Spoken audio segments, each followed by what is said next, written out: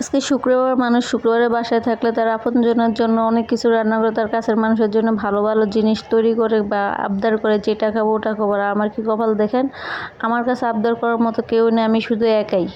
রান্না করতে মন চায় না, তারপর রান্না করতে হয়, যেহেতু আমি মানুষ, আমাকে বেঁচে থাকতে হবে, যুদ্ধ করতে হলে বেঁচে থাকতে হবে। সেজন্য আজকে আবার 2 দিন পরে রান্না করতে আসছি। তো আমার মা খালি ফোন দিয়ে বকাবকি করে যে কিছু রান্না করে খাও, কিছু রান্না করতে। আমি তো যাইতে পারি না, জানোই তো আমি অসুস্থ, আমি বেশি একটা হাঁটতে পারি না। যেহেতু তুমি 3 তলায় থাকো, আমি সিঁড়ি বাইতে পারি না, সেজন্য আমার সমস্যা হয়ে যায়। এই জন্য আমি তো থেকেও মনে করো তোমার কাছে নাই, একমাত্র আল্লাহ তোমার ভরসা। আল্লাহর উপরে ভরসা করে তুমি নিজের পথ নিজে একা চলতে শিখো। রান্না করে যদি না খাও তাহলে কিভাবে তুমি শরীরে শক্তি পাবে? শরীরে যদি শক্তি না পাও তাহলে তুমি কীভাবে লড়াই করবে? লড়াই করতে হলে তোমার খেয়ে শরীরে শক্তি জোগাড় করতে হবে।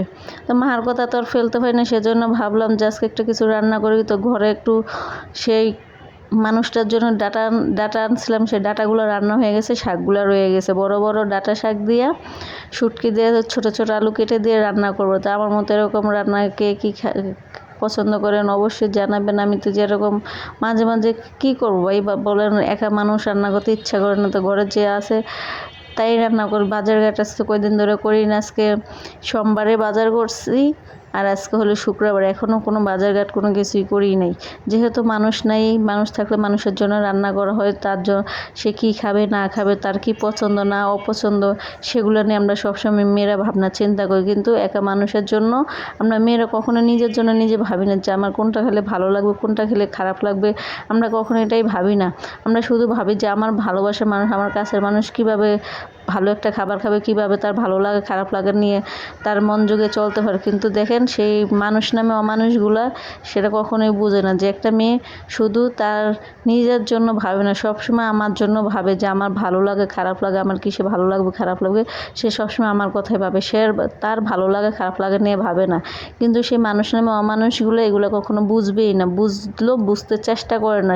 তারা সবসময় ভাবে নিজেরটা, নিজে কীভাবে ভালো থাকবে, নিজে কীভাবে চলাফেরা করবে, নিজের চাহিদা মতো নিজে সব কিছু করবে। কিন্তু একটা মেয়েরও যে ভালো লাগে খারাপ লাগে সব কিছু আছে, তারা কখনো এটা মনে করে। তারা মেয়েদেরকে কোনো মানুষই মনে করে না, সবার ক্ষেত্রে না, কিছু কিছু ছেলেদের ক্ষেত্রে। আমি শুটকি দিয়ে ডাটা শাক দিয়ে, বড় বড় ডাটা শাকগুলো দিয়ে রান্না করলাম। জানি না রান্নাটা কেমন হবে, তো খেয়ে দেখলাম একটুকু ভালো হয় না, লবণ কম হয়েছে। যেহেতু মন ভালো নেই, মন ভালো না থাকলে রান্নার প্রতি মন বসে না। আর যদি আপনার ভালোবাসা মানুষ কাছে থেকেও অশান্তি থাকে, তারপরেও মন থেকে রান্না করার চেষ্টা করে যে মানুষটা খাবে যাতে খেয়ে ভালো বলে। তারপর আমি কোনো সময় তার কাছে রান্না করে একটুকু ভালো প্রশংসা পাই না। সবসময় সে আমার রান্না একটা না একটা সমস্যা ধরছেই, যে আজকে এটা কম হয়েছে, ওটা বেশি হয়েছে, হলুদ কম মরিচ কম, ঝোল বেশি, ঝোল শুকিয়ে গেছে, ঝোল মানে একটা গ্রেভি গ্রেভি ভাব হয়, সেটা হয় না। মানে দুনিয়ার কথা, মানে অতিরিক্ত সমস্যা তৈরি করতো। যে কথাই তো আছে, যারে নিয়ে না খাবে তার সে সব কিছুতেই ভুল ধরা, যারে নিয়ে খাবে তার সব কিছুই ভালো লাগে, খারাপটাও। তো আজকে এই পর্যন্ত, আল্লাহ হাফেজ।